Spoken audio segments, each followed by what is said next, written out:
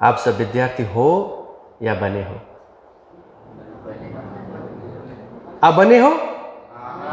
अच्छा, कोई हो नहीं? हो के साथ कोई नहीं हो? अगर इसमें आपको कंफ्यूजन होता है, मैं आपको छोटी सी कहानी बताता हूं, इस कहानी से ये कंफ्यूजन आपका दूर हो जाएगा। एक साधु महाराज थे। कौन थे? बड़ा अच्छा काम करते थे, बड़ा अच्छा काम करते थे साधु महाराज।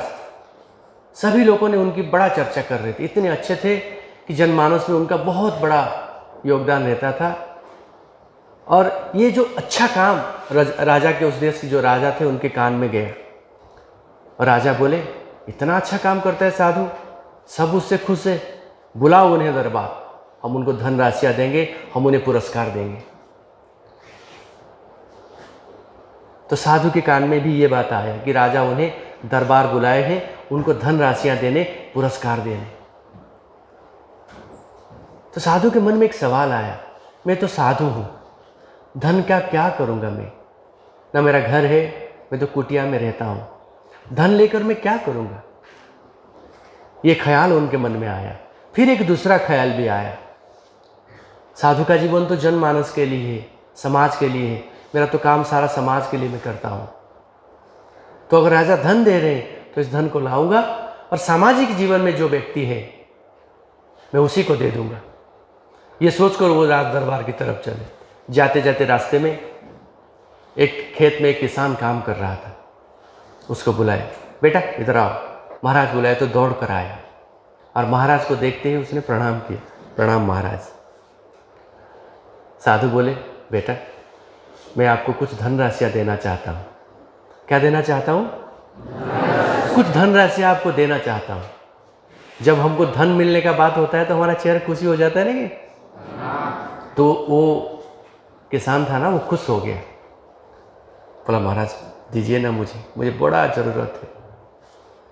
बोला बेटे एक काम करना पड़ेगा आपको, अगर आप मेरी बात मानोगे तो मैं आपको धनराशियाँ दूंगा, आपको साधु बनना पड़ेगा, तब जाके आपको धनराशि मिलेगा। तो जितनी अच्छा से उसके मन में खुशी आया था, फिर उतना खुशी से फिर चला गया पीछे। वो फिर फावड़ा उठाया, कंधे पे डाला और खेत की तरफ वापस चलने के लिए प्रस्तुत हुआ। इतने में साधु बोले, बेटा रुक, कहाँ जा रहा है? मैं क्या पूछा तेरे को, मैंने तेरे को क्या बोला ये तो समझ। मैं तेरे को बोला तेरे को साधु बनना पड़ेगा। क्या बोला मैंने? मैं तेरे को होने के लिए नहीं बोला, मैं तेरे को इतना बोला, तेरे को साधु बनना पड़ेगा। बनने के लिए लिबास बदलना पड़ता है, बेस बदलना पड़ता है। जैसे कहीं ड्रामा नाच होता है ना गांव में, कोई राजा बनता है तो राजा का बेस पहनता है कि नहीं?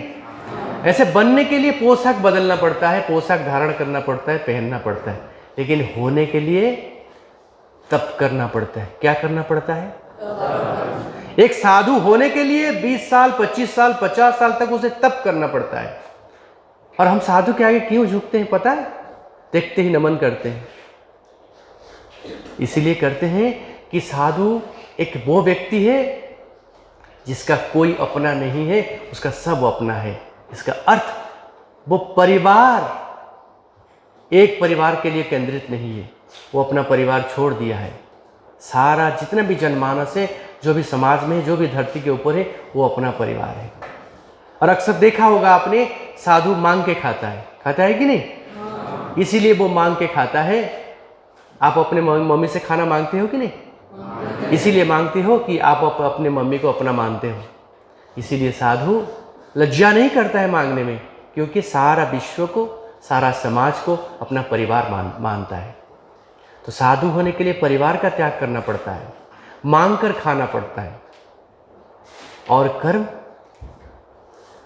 ज्ञान के लिए साधना करना पड़ता है, ज्ञान के लिए खुद को समर्पित करना पड़ता है। घंटों बैठ की चेतना को उजागर करता है, मुझे ज्ञान चाहिए। ज्ञान लाएगा तो क्या करेगा? हमारी समाज में जो अज्ञानता है उसको दूर करने के लिए वो ज्ञान के लिए खुद को समर्पित करता है और प्रस्तुत करता है। इसके लिए 20-25 साल साधना करता है।